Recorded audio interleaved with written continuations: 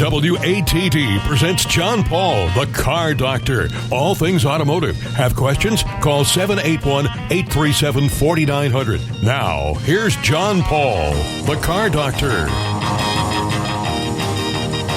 And good Sunday morning, everyone, and welcome to another edition of the Car Doctor program on 95.9 WATD. My name's John Paul, the Car Doctor, here to help you with your car problems on this cloudy, overcast Sunday morning. And I don't know where everybody's listening these days, but because, people listen online and everything, but it has been raining nonstop on Cape Cod where I am, and finally it stopped today, which was good, but I think we got about 6 inches of rain, but it hadn't rained for a month, so I like it a little bit at a time, not so much all at once. Got a great show planned for today. We have Brian Brennan with us. He is former executive senior editor at Hot Rod Magazine, and now is within the Garage Media. Brian, good morning, and thanks for getting up early out on the West Coast and joining us out here on the East Coast. Well, thank you very much for having me. I appreciate it, John. I was listening to you give your weather report. I hate to be the bearer of bad news, but we're having nice weather and sunny out here. So there you go. Well, and when there's nice weather and sunny skies, it sort of brings out, I think, the car culture even more. Tell us a little, before we talk about what you're doing now, tell us a little bit about you. When did you, you've been a journalist, it seems like, your entire career. When did it start? Did you just sort of, when you learned how to write, all of a sudden started to write about cars? Well, I think it was the other way around. I learned about cars, and then I realized I better learn how to write. I was in college, and I was a journalism major, and so that seemed to be the direction I'd be going. And then upon my graduation, I was going through our placement center. I went to Cal State University, Fullerton, and a man came in, and he was looking for someone who had an automotive background but was a journalism major. And out of a graduating class of 600, I was the only journalism major who had a background in cars. And I had drag race cars for years on a highly competitive level, that sort of thing. And he said, well, we're going to start a motorcycle magazine and an automotive book. And I thought, well, let's give it a shot. So I started literally the day after I graduated from college. Got in the automotive magazine business, the motorcycle magazine business, and have done it my entire life, and that goes back to the 70s. So that's how I got into it. And there's not that many people that can say they've been doing this since the beginning. Were you one of those kids that was trying to figure out how to hook up a lawnmower engine to your bicycle too? Well, I was one of those kids that was never stopped building model cars. That's literally how I got into it. I just love model cars and everything about it. As far as the mechanical side, I was fortunate enough that I had a neighbor who loved to play around with hot rods. And then, of course, all of the young kids in the neighborhood had older brothers, and the older brothers would get their cars early on. And I would see these cars that guys would drag home, and you talk about relics. And I would watch them tinker on it, and the next thing you know, I'd be over there taking something apart or putting something back together, and just learn from the ground up with derelict, throwaway cars that guys wanted to build up into hot rods.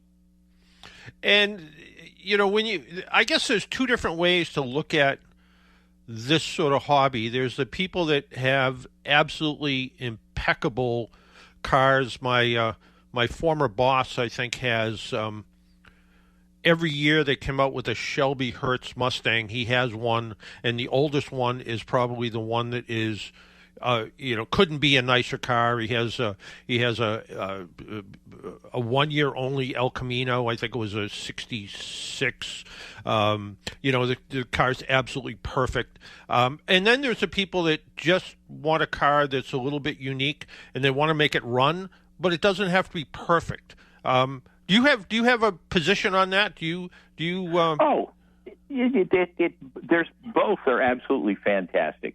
In fact, you mentioned the Hertz rental car. That was the Shelby. I remember when those first came out, and I remember guys renting them in the early days of this, and we'd take them to Lions Drag Strip in Long Beach, and we'd drag race them on Saturday nights, and then we'd return them to the rental car agency on Sundays. Well, it didn't take them long to figure out what was going on, and they managed to put the fix on that. But I started out, as you would imagine, when I played with cars, that they were never quite right. They were as best as I could afford and my talent would allow me to get. And then I would see fellows who would have these, as you say, impeccable cars. You know, they were beautiful restorations or original cars that they just kept well. I think there's a place for everything because each of us learn from the other one. And that's what makes the car culture, if you want to say, so much fun, is I don't care how much of a dyed-in-the-wool hot rodder you are or a restoration artist. You can go to one of the other's events and you can walk around and all of a sudden the light bulb just goes on. You appreciate the workmanship, you appreciate the dedication, and you appreciate the fact it is something automotive, and that is at the core of what all of us are doing. Yeah, I really do believe that, you know, car culture in general can actually sometimes bring people together that may have not ever gotten together. And, you know, I was at a, I don't know, so I forget if it was a World of Wheels or something, one of those type of car shows. And there was two very diverse groups. There was sort of the Asian hot rodders and sort of the very dyed-in-the-wool, you know, Z28 Camaro guys. And you thought it looked like an episode from you know, West Side Story. You thought there was going to be a knife fight that was going to take place, and then all of a sudden somebody came over from the hopped up Honda group and started looking at one of the Z28 Camaros, and they started talking back and forth. And all of a sudden, next thing you know, both groups came together and started to talk about cars. And all of a sudden, they both started to realize that although they both did things completely different, they shared the same passion to get the cars done, whether they were done perfectly or whether they were done just to enjoy them. And I think that's kind of what makes whether you don't have a car at all and you go to a cruise night and you just kind of see what's out there and enjoy what's out there, or whether you have something you're thinking about buying and you want to learn from the people that there's no better way to learn from somebody that owned one, because anybody who's ever owned an old car knows there's mistakes to be made along the way. And, you know, you get to learn from all of that. And that's sort of what, when I went on to In the Garage Media and looked at the different things you have going on, there was a lot to learn, and you have a lot of stuff listed. Well, we'd like to think so, and it's funny you bring that up about you're talking about the Indoor Championship Auto Show series when you mentioned that show, and yes, they'll have areas dedicated to different styles of cars, and the imports, we call those tuner cars. I mean, that's a phrase that's been around for a good 20, 30 years, and the Camaro group or the Mustang group or any of the Street Machine or the Autocross sect or the Pro Touring style builds, you're right. On the surface, these cars couldn't look any more different. But then when you get into it, if you really look at it from a mechanical standpoint, there is more that is the same than there are things that are different. And especially, and with the younger kids, especially the younger hot rodders, they're really into computers and high tech. And each of these cars are driven by so much in the world of computers. I mean, there isn't a car made that doesn't have at least 7 computers, and they do everything under the sun, from controlling your internal climates and whatnot, and what we call the greenhouse, and then right through to performance. And so the guys get together and they start talking about, well, what kind of computer equipment are you using, and what computer chip does this car have? And you're right. I can go to any automotive event, whether it be lowrider or tuner or hot rods, and just stand there and look at a guy's car, and he'll eventually come up and say, hey, do you have a question? And I'll ask the question, and the next thing you know, you're there for an hour. Yeah, that is so absolutely true.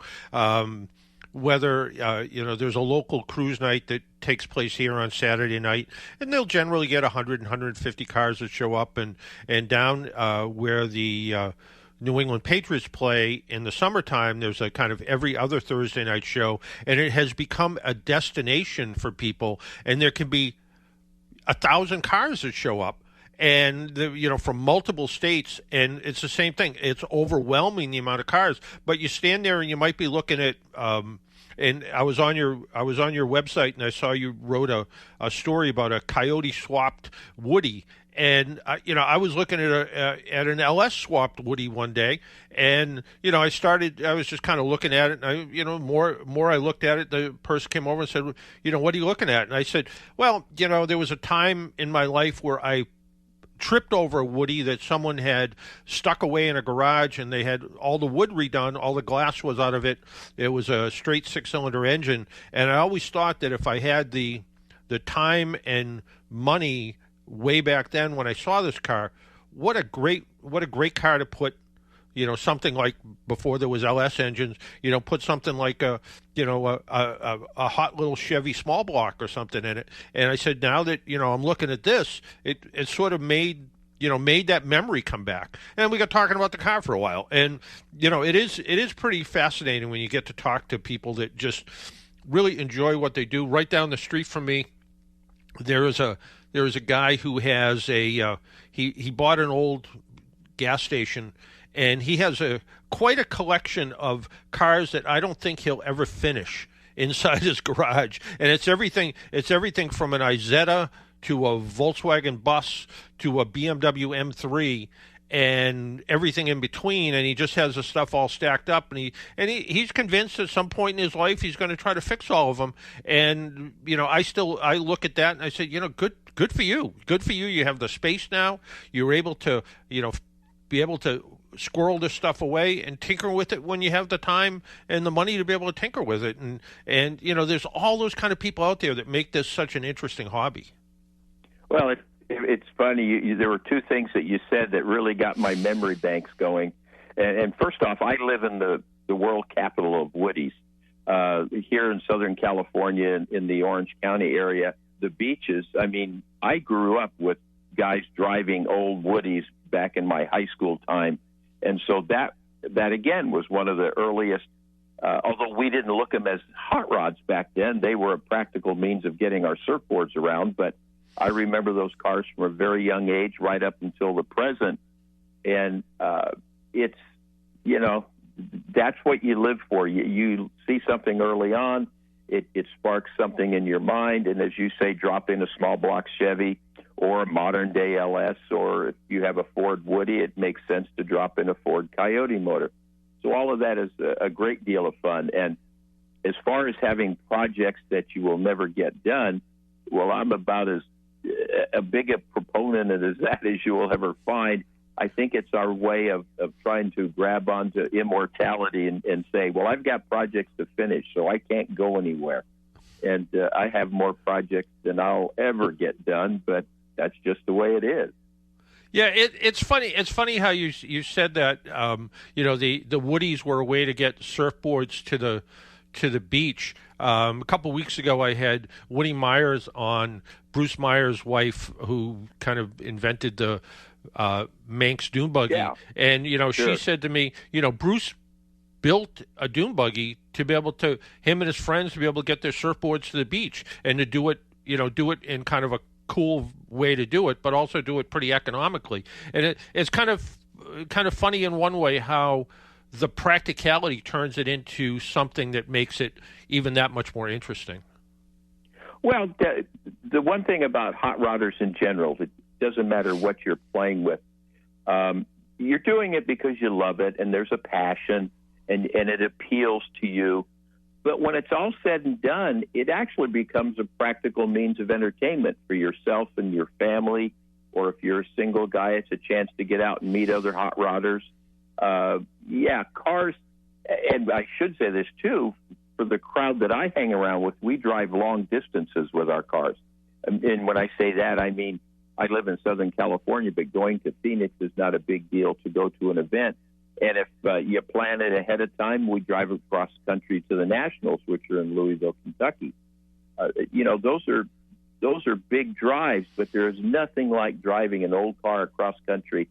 You cannot stop anywhere without people just coming out of the woodwork, and their eyeballs are as big as silver dollars, and they're looking at you, and they've got more questions than they can possibly get out. And invariably, some old man will come up to you and say, son, I had one of those when I was young. And when you hear that story, you start chuckling, and it's all good stuff. It really is. Tell us more about In the Garage Media. What can people find there? Sure. Well, In the Garage Media was started by several of us when the magazine print portion of the industry really went away, and this was back in 2019, 2020. And there were several of us that said, you know what, there's still a lot of hot rodders out there of all different kinds that still love the print magazine. Now, print has evolved. Print is no longer just a magazine. There is the magazine, but there are websites, there are social media, there's YouTube. There's so many different aspects that hot rodders get their information from. So we're involved in all phases. So it's print and electronic. And then as far as the types of books we do, we have three titles. We have Modern Rodding, which is what Hot Rod Magazine was all about, or is still about. We do that. We cover all years, makes, and models of modified cars. Then we have a classic truck performance, and that's for the truck crowd. And that's about World War II era trucks up to about 98. And then we have all Chevy performance, and that is what the name implies. It's all things Chevrolet, but especially the high performance cars. So in a nutshell, those are the three types of books and titles that we have. And let's talk about the classic truck one. There was a time where trucks were just sort of farm trucks. They were, utility only. And now you see these crazy, 500, 600, 700 horsepower, square body trucks. And then you see even crazier stuff where people are, they'll take, the 300 cubic inch straight six that's in a Ford, and they'll throw a turbo on it and crank up the horsepower and change the rear diff to get a little bit more off the line with it. And next thing you know, they get the 6-cylinder hot rod truck, something I think 25 years ago no one ever really thought about. Well, there's an old adage in the hot rodding world, and it's basically what's available is what becomes affordable is what you build. And pickup trucks, as you said, have been around forever.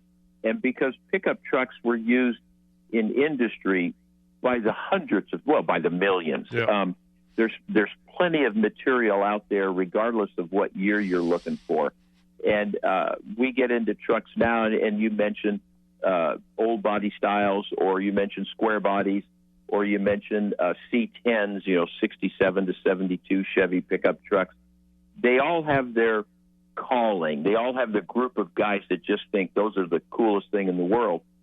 And once again, you look at a car and you look at a truck, and you really realize that under the skin, they're pretty much the same. There's a lot going on that each guy can do, and so there's a lot of overlap. There's overlap in product, there's overlap in events, and there's overlap in enthusiasm among the builders. And I really think it's that enthusiasm sometimes, whether it's somebody who wants an absolutely perfect, 69 Z28 with a 302 in it, or whether it's somebody who just, inherited their grandfather's, 64 Chevelle and said, I just want to put a big motor in this, and I'll go find something out of a junkyard and put it in. But the two of them together, as you pointed out, you share the same stories and you share the same passions, whether you're somebody who's doing it yourself or whether you're somebody who's paying someone else to do it for you. Yeah, you mentioned one thing there about if your dad gives you something or your grandfather gives you something. That is something that really can't be glossed over. It is so important. I have seen this so many times where the grandfather had something stored away in a barn somewhere or in the back of the garage, and it's been covered over with 40 years worth of boxes and mattresses. and no one sees it anymore. And then all of a sudden you get that one person in the family somewhere in the line that, and I should point out, it's not always guys anymore. I can't believe how much I'm seeing more and more girls get into cars, and they really love it. In fact, at this year's Grand National Roadster Show, which is the longest-running indoor car show that I'm aware of in the world, and definitely the United States, there's a young girl. Her name was Mackenzie, and she had a little 29 Ford Roadster that was competing for the AMBR, which is America's Most Beautiful Roadster Award. And she could tell you everything about nut and bolt, front to back, top to bottom. And she knew what was there, and she knew why it was there, and it was painted a color because it meant something to her. It just everything about it. And that also is what making the hobby popular, but it's also keeping it strong in modern times today, is that it also crosses gender lines. And that's kind of fun because girls have a different take and perspective, obviously. But when you listen to them, you realize they got it. They understand it. And all of this has been passed down, and that's why it's so important when you see a grandpa give a grandson an old Camaro, as you say, or an old pickup truck, and it just starts the cycle all over again. Yeah, it really does. Sometime, I think it was early in the summer, I had a woman on the program, and she has a group called Women of Wolfsburg, and basically it's a Volkswagen enthusiast group, and it's all women, and she goes up and down the East Coast, and they give out trophies to women who own cars, and they're doing a big event in Rhode Island at the end of the month. They're doing a kind of drive-in movie night, but they're also doing a specific women-only car show, and it's mostly Volkswagens, but it's also open to Audi and Porsche owners. But I said to her one day, she was telling me about, she has a Volkswagen Rabbit. She was putting a GTI engine in, and she's got some other car. And I said, "How many cars do you have?" And she said, "Well, right now about 12." And I said, "Well, do you do the work?" "Oh yeah, I do all the work myself." And I said, "What's your dream?" And she said, "To put a lift in my garage is my dream at this point," which is something she doesn't have. She works on ramps and jack stands and jacks, and she said at some point I want to be able to put a lift in, but that's not quite in the immediate future. But the idea that she's doing all this work and doing the work itself. Just like the young woman from Florida that rebuilds Edelbrock carburetors. Uh-huh. Yeah. I'm sorry. Go ahead, John. I was going to say the idea that there's this, girl. She was in high school and she wanted to make enough money to rebuild an old Jeep that she got, and her father said, "Well, I have an idea. Why don't you start rebuilding carburetors?" He showed her how to do it. She ended up going to Edelbrock school, and she either buys old carburetors on eBay, rebuilds them, and then resells them. And I think she has like 4 or 5 other high school or early college kids working for her at this point. And the idea that she'll go to cruise nights and tune people's carburetors for her, and they're like, "Who's this college girl that's tuning carburetors?" And she does a really good job. Well, it's here again. It's what's old is new. Of course, all of our cars that are made today are all fuel injected, and their carburetor is something out of the distant past. But in this day and age, there are still plenty of cars that use carburetors. They're all vintage, and guys are restoring them. As you mentioned, this young lady is rebuilding the carburetors. If you go to the SEMA show, which is the largest automotive aftermarket show in the world, it deals with modified cars. I mean, that's what it's all about. You go to a company like an Edelbrock, you go to a company like a Holley, and you say, "Are you still selling carburetors? Are you still selling intake manifolds that require carburetors?" And they'll tell you they're at the top. If they're not their best-selling product, they're still in the top 3. And how many years has it been since there's been a carburetor? Somewhere in the 80s. So it's fun because Americans are really, they're fascinated by old things, and they don't let go easily, and they like to bring them back to life. And so it's fun because all of these old cars are being recycled. Yes, guys are putting in modern engines, but you'd be surprised how many of these old cars the fellows just rebuild the old vintage small block Chevys or Fords or the Chryslers or you name it, the Buick Nailhead. All of that is still as popular today as it's been for many, many decades.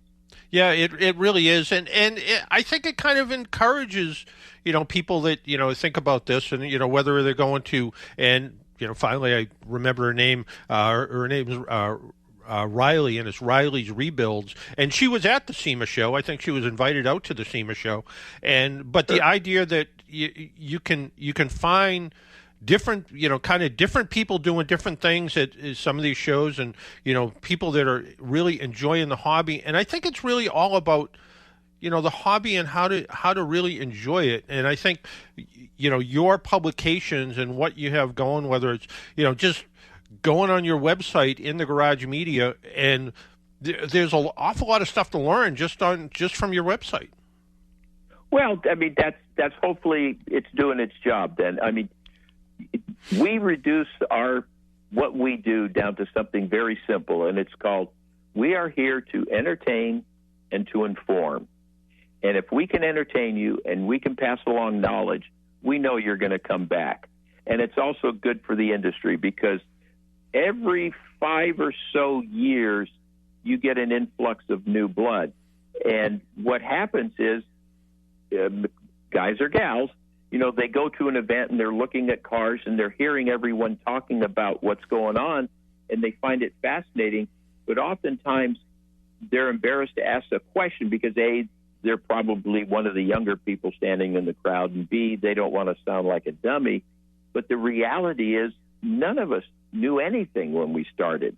So you've got to start somewhere and learn, and that's what our publications, whether it be in print or online, that's what our goal is. Our goal is to cultivate your enthusiasm, but to arm you with some knowledge so that you can go out there and become more excited and learn more and get more deeply involved, and hopefully you'll bring someone into the hobby as well.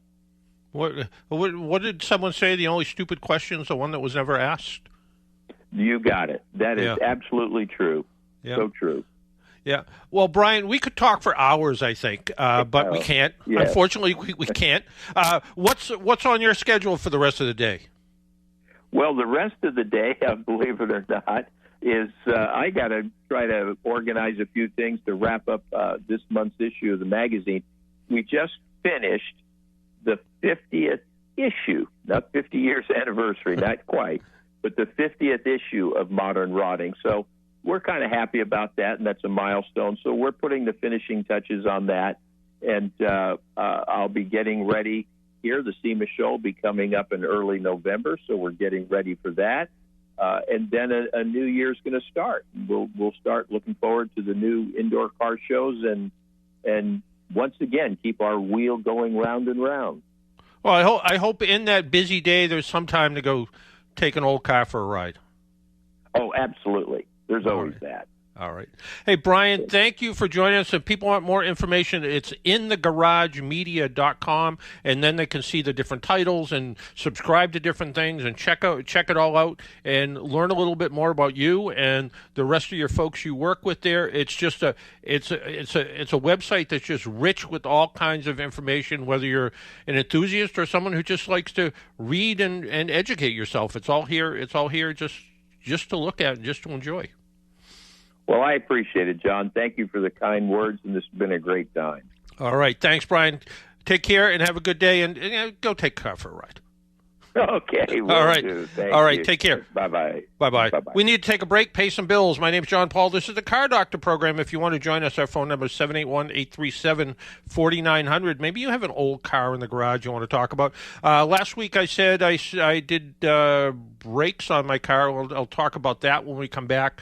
And also we need to talk about the car that sort of got me around last week, which was something a little bit different, something I don't usually drive, and that's a sports car. My name's John Paul. This is the the Car Doctor program. You're listening on 95.9 WATD. We'll be right back.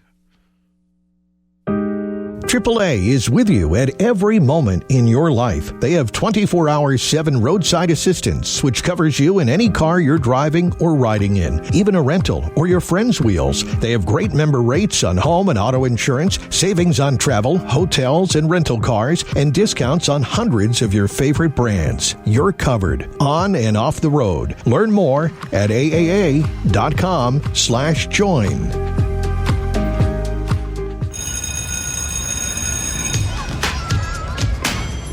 Here at the Massachusetts Department of Elementary and Secondary Education, we are committed to all students not only attending, but succeeding at school.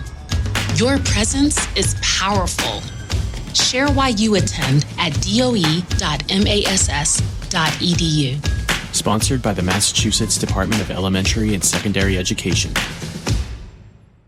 Hey there, folks. It's Quinn Kelly reminding you to tune in Sunday night at 5 for the South Shore's first voice in sports talk radio, The Sports Exchange. Unmatched coverage of local high school action as well as a relatable voice on all things Boston Pro Sports. We've got you covered live at 5 every Sunday night. Have a question for our host, missed last week's show, or just want to share a great sports story? You can find us on Twitter at SE on WATD. But remember, mark your calendar, folks, and we'll see you Sunday night at 5 for The Sports Exchange on 95.9 WATD. Make an appointment Sunday morning at 11 for John Paul, the Car Doctor, on 95.9 WATD. Now, back to the Car Doctor.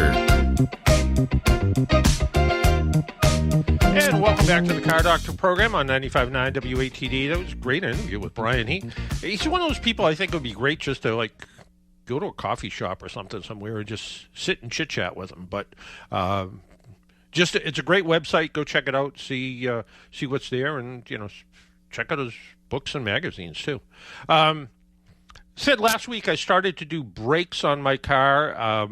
My car that I take back and forth to Florida, the little Hyundai Santa Fe Sport that I have, has 35,000 miles on it, but it is 6 years old. And I noticed last year when I was coming home, I was getting a little bit of a brake vibration over the hot part of the summertime. I guess I pulled the wheels off, checked the brakes, and the pads were still in pretty good shape. But I'm like, well, I'm gonna hopefully drive to Florida, turn around, drive back, and at some point probably need to do brakes. And I'd rather do them early than late for a couple reasons. When you do them early, stuff comes apart a little bit easier. When you do them late, we live in New England. We live where it rusts. I love seeing cars in the southern states or cars that come out of Arizona or someplace. They look brand new underneath, and they're 15 years old. Around here, everything rusts. So I decided to do the brakes, and I was looking around, and I'm a big proponent of trying to use brand name brake products. Bendix, I've always been happy with. Bosch brakes, I've always been happy with. The factory brake pads, obviously, usually a good thing. But as I started to look at brake parts, I found a company called PowerStop, and they have everything from sort of a standard brake to what they call their daily driver upgrade, which is slotted or drilled brake rotors. Nothing that I wanted for my car. But they did have sort of something in the middle that was they called it their Evolution Geomet. It's a fully coated brake rotor. It's not supposed to rust. The brake pads come with most of the brake hardware, the anti-rattle hardware. They also have the built-in backing on the metal part of the backing plate, which is there to try to eliminate rust. The pieces that didn't come with it's odd. One set of brake pads came with anti-rattle springs. The other set didn't, but the old ones were reusable, so there wasn't no reason.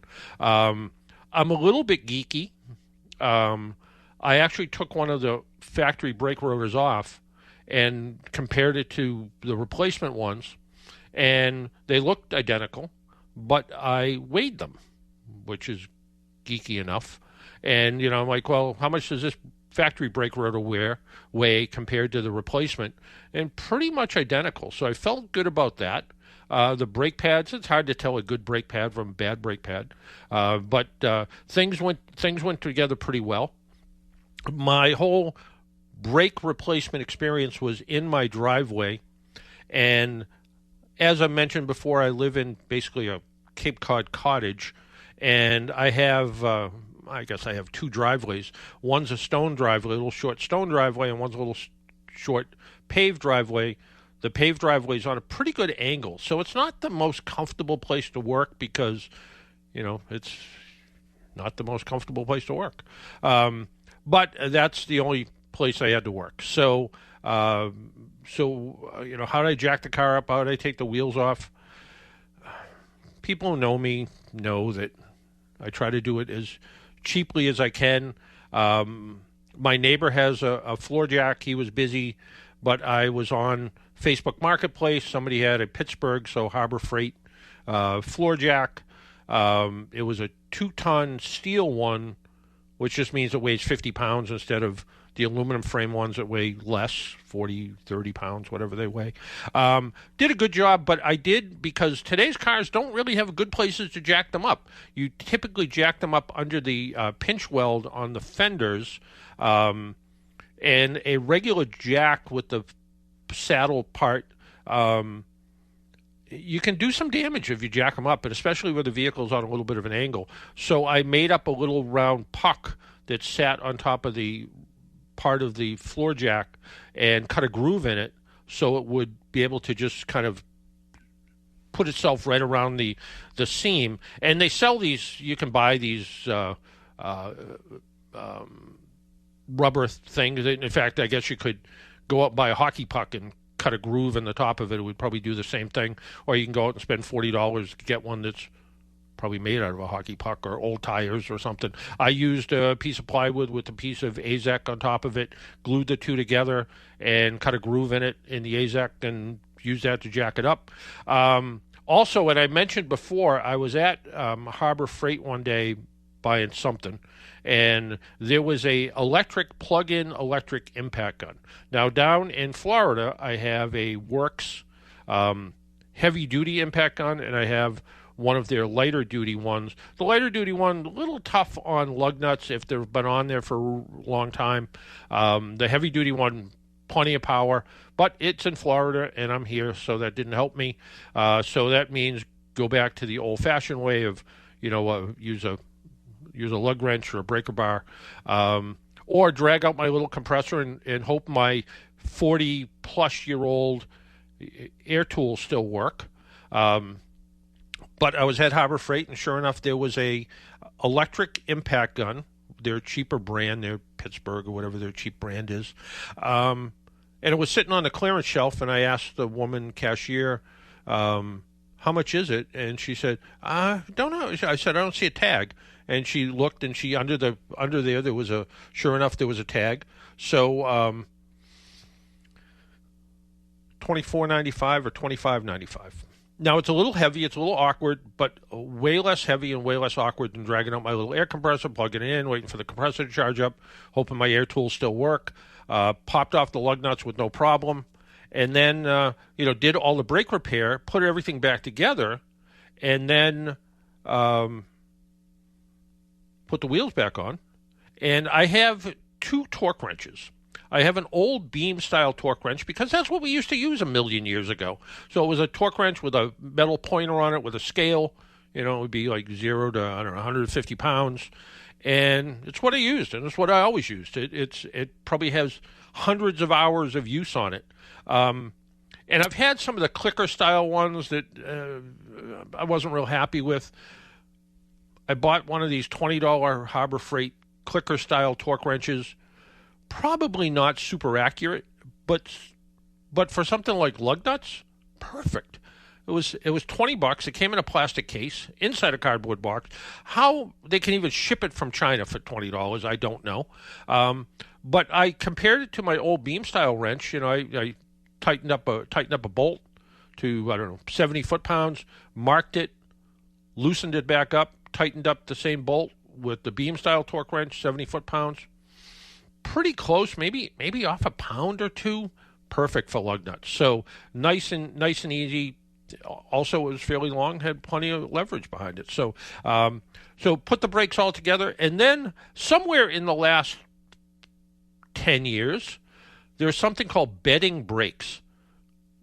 We never bedded brakes back in the old days. We put brakes on, took it for a ride, car stopped, you were done. Bedding brakes really means getting the brakes sort of accustomed to all the new parts.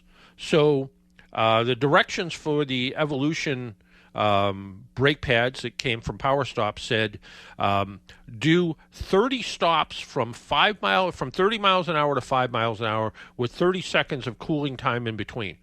Got to tell you, that's a little bit hard to find a road to be able to do that. Fortunately, Cape Cod in the fall, roads aren't quite as busy, so I was able to drive around and do that. But that's really required. If you don't do that, you're going to end up with brakes that just don't work right, brake rotors that didn't sort of heat and cool properly to kind of get themselves all associated with each other. So it is important. Follow the directions that come with any brake parts. So there you go. So PowerStop was the company. I posted something online about it. Somebody posted they didn't get the long life they expected out of them. I won't know about that yet. But overall, I thought the quality was good. They were packaged well. I ordered them. They showed up in, a week or so. Time will tell how they work out. But I was also very fussy when I pulled the rotors off. Behind the rotors where the hub is, where the rotors mount, I was out there with a wire brush and an electric cordless drill, I guess, and wire brushed all the rust that was off there, because you can put perfectly true brake rotors on, and if you put them on a hub that has rust on it, you're going to end up with a rotor that's out of round. So it's important to make sure that your brake rotors are flush up against your hubs, and you want to make sure that the hubs spin nice and true. And I've seen cars that have had brake vibration, new rotors on there, and sometimes the hub is out of round. Somebody hit a pothole hard enough. So sometimes if you have one of those repetitive cases, you need to put a dial indicator on the hub to make sure it's turning nice and smooth, or nice and true. If it isn't, you're going to have a brake vibration. The only way you can fix that is on the car brake lathe, which a lot of shops do. But now the price of brake rotors has gone down enough where it almost doesn't make sense to resurface them unless they're very hard to find and there's enough material there to be able to do it. Our phone number is 781-837-4900. I think we have Tom from Kingston on the phone. Tom, good morning. Good morning, sir. How are you? I'm doing okay. So now I figured out when you're saying about breaking into brake pads and rotors, I think a lot of people are doing that on Route 3 going to work in the morning. Yeah, but I don't think they're allowing that 30 seconds of cooling in between. So But you may absolutely be right on that. There may be, who knows what they're doing. Yeah. So did you do anything with the brake fluid? Because I know when I did mine, usually when I go to do it, I take the turkey baster you get from the dollar store, which is now $1.25. Suck out as much brake fluid as I can and wipe it with a clean cloth. Then when I collapse the calipers, I do it again. Take out the brake fluid and put fresh brake fluid in. Yeah, I'm more of a open the bleeder screws when you push the piston back in. Oh, I'm so afraid of that. Yeah, same idea, and one of the reasons, and I've never had a problem, but I remember years ago I was in some brake school, and I don't remember where it was, and it could have been the GM training center, it could have been, who knows where it was, and they said, pushing the brake caliper piston back in can sometimes push some of that accumulated rust that's inside the brake caliper back into the master cylinder, but in between there, and it goes through the ABS module and can clog up the module, and all of a sudden now all of a sudden you have an ABS light that comes on.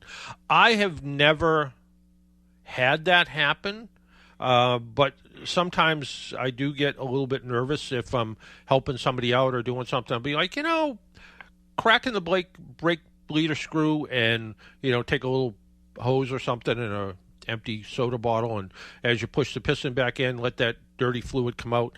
I'm also, and this is from and I want to say it was Brad Sears told me this. He said the turkey baster, but that's what he would do when he was servicing vehicles. I think he was servicing ambulances or something for a while. What he would do is when he did an oil change, he would suck out a fair amount of the brake fluid out of the master cylinder, add top off with new fluid, with the idea that every time you step on the brakes, some of the old fluid squirts up inside the master cylinder and some of the new fluid goes back. And if you do that every oil change, eventually you're going to have all new fluid in there, or so little contaminated fluid you're not going to really have to worry about it. It's not a bad thing to do, and I don't know, does it help increase brake life? Probably. I mean, years ago, and I think it was before auto manufacturers used to never recommend a change of brake fluid. It was like, and then all of a sudden Honda came out with every 3 years you should have the brake fluid change. Subaru said every 3 years you should have your brake fluid change. GM, not a word about it. Some other car makers, not a word about it.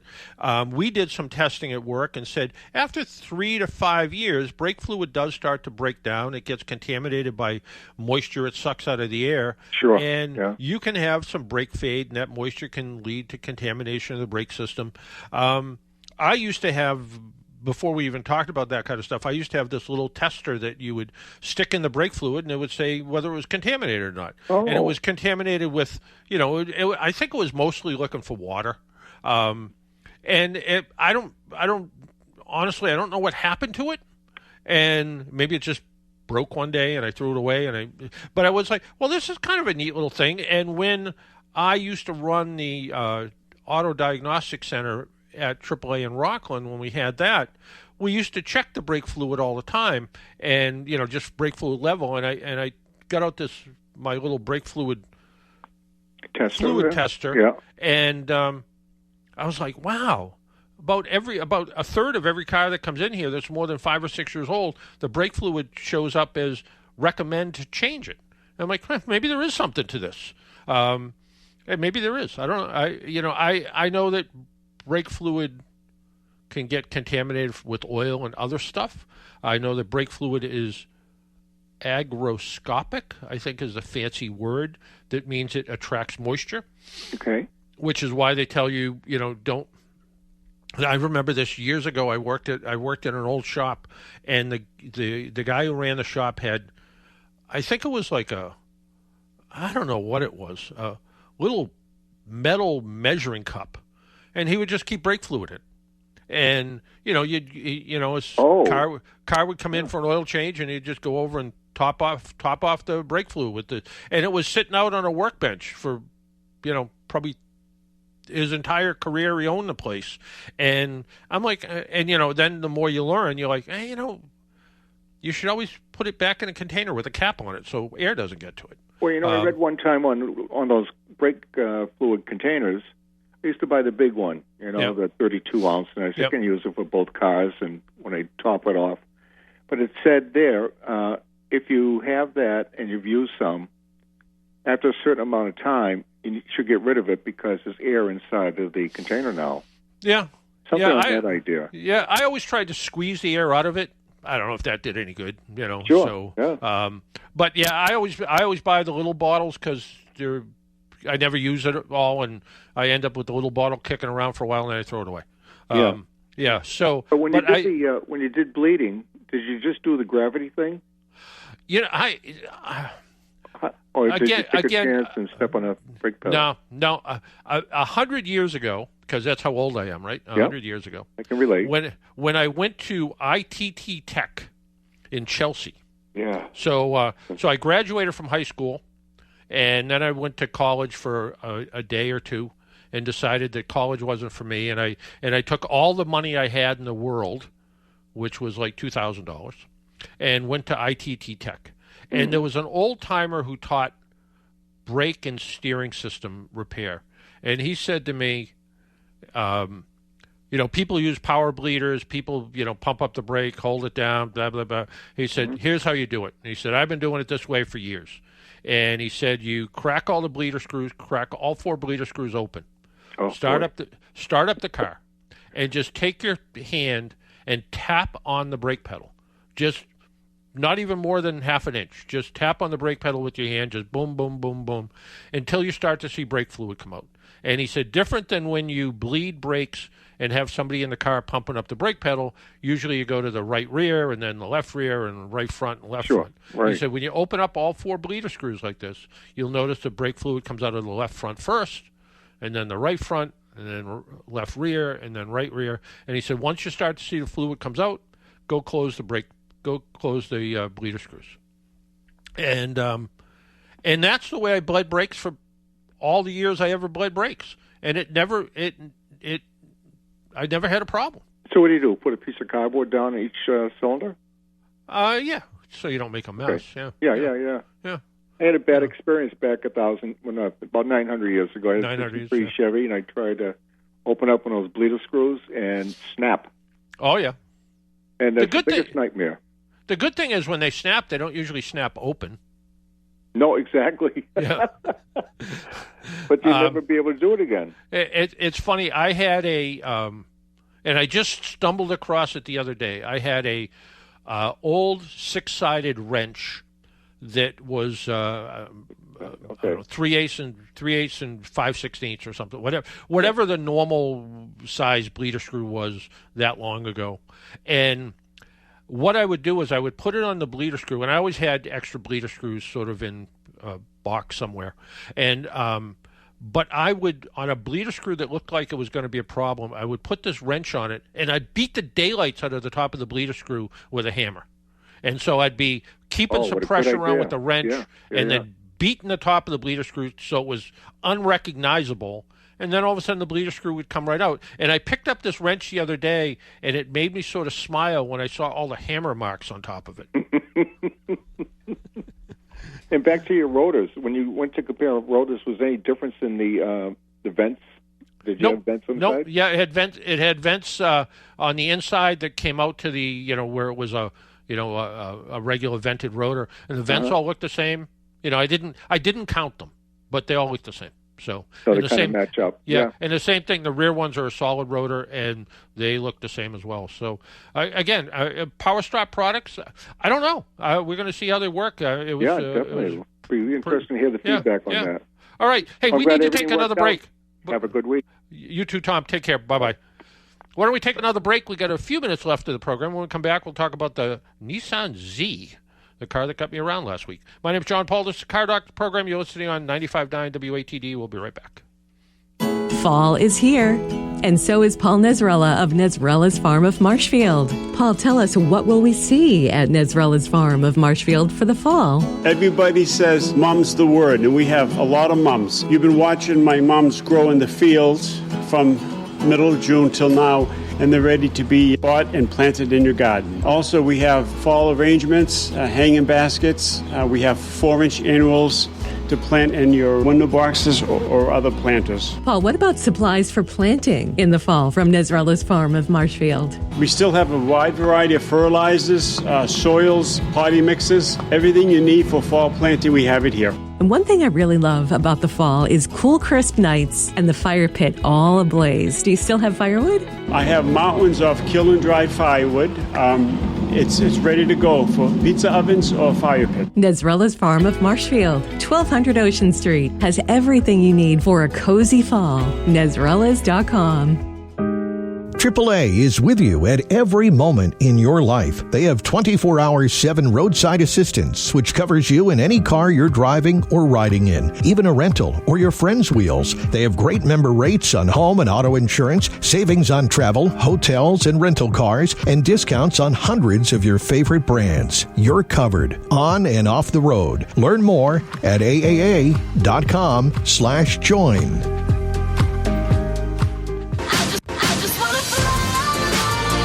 Hi, this is Liz Loans. Tune in to Twilight Showcase Radio, hosted by Sandy Stride and Keith James. Visit twilightshowcase.org. Twilight Showcase, tonight from 8 to 10 on 95.9 WATD. Make an appointment Sunday morning at 11 for John Paul, the Car Doctor, on 95.9 WATD. Now, back to the Car Doctor. And welcome back to the Car Doctor program. I want to talk real quick about the 2024 Nissan Z I drove. It was a Nismo edition, twin turbo, 3-liter V8 engine, 420 horsepower, 384 foot-pounds of torque. It was a 9-speed automatic. Let's face it was a sports car. It did everything sports cars are supposed to. Handled good, was quick, comfortable, hard to get in and out of at my age. All kinds of electronic stuff inside of it. But the Recaro seats were extraordinarily comfortable once you got in them. Real good-looking car inside. Kind of interesting that I had it parked out in front of the house. I think I rinsed it off. And somebody walked by and said, "What a beautiful car." And there was a couple of electricians working in the neighborhood. They backed up to take a look at it. And then a couple walked by, probably in their 40s, and he's like, "Wow, what a great-looking car." And the woman looks at my wife's old Volkswagen and goes, "I like the Beetle better." But, powerful performance car, $68,000. This one it was in white. Great-looking car. Check out my Facebook page to see pictures of it. Really good. Speaking of something pretty exciting, Jesse, you got an album out? You're a musician? Yeah. Surprise, surprise. Tell us about that. Yeah. I just dropped it. I've been working on it basically for the last couple of years. I mean, it's an instrumental album, basically for the podcast. I'm always just producing music for it to keep it fresh and not play the same songs over and over again, but people kept asking. They said, "Where can we listen to this music?" And I said, "Nowhere." And then I finally said, "Okay, fine." And I put it out. So it's out on Spotify. You just search Jesse Wilkins, or the album is called Hometown Ghost Stories, The Music. So that's really original. But yeah, came out pretty good. Happy about it. And you guys added your own guitar stuff to it too, right? Correct, yeah. So I worked with mostly with my younger brother, Seth, who is a phenomenal guitar player. So the whole album is kind of composed. The hardest part about it was picking what genre it actually was, which is kind of all over the place. But a lot of like cinematic kind of backing music, some upbeat stuff, but some cool kind of bluesy guitar in there, some rock and roll stuff, a lot of ominous, creepy sounds. So it's good for Halloween season, as is tradition. And yeah, it's out now everywhere. So wherever you So when I'm giving out candy, I should have that kind of playing in the background? You definitely could. Yeah, I actually had a couple people reach out and say, "Could I play this at Halloween?" I said, "Of course, play it anywhere. It's available everywhere." Will it scare the kids away so I can have more candy for myself? That's my plan. I plan on having diabetes soon. But yeah, diabetes, if it's that old commercial, yeah. So search Jesse Wilkins or Hometown Ghost Story Music on Spotify. You can find it. Yeah, Spotify, every music listening app, it's everywhere. So whatever app you choose. And is there a fee to download it? If you're on Spotify, if you have premium, you can listen to it. Or if you don't have premium, you can listen to it ad-free. If you want to actually buy the album, you can do that on iTunes. But, there's plenty of ways to listen to it. It's everywhere, it distributed to all the places. So just like podcasts. Yeah. All right. Hey, congratulations. I'm going to give it a listen. Until next week, make sure you wear your seatbelt, drive safely, be good to your car, and if you see an emergency vehicle by the side of the road, slow down or move over. It saves lives. Talk to you all next week. Bye-bye.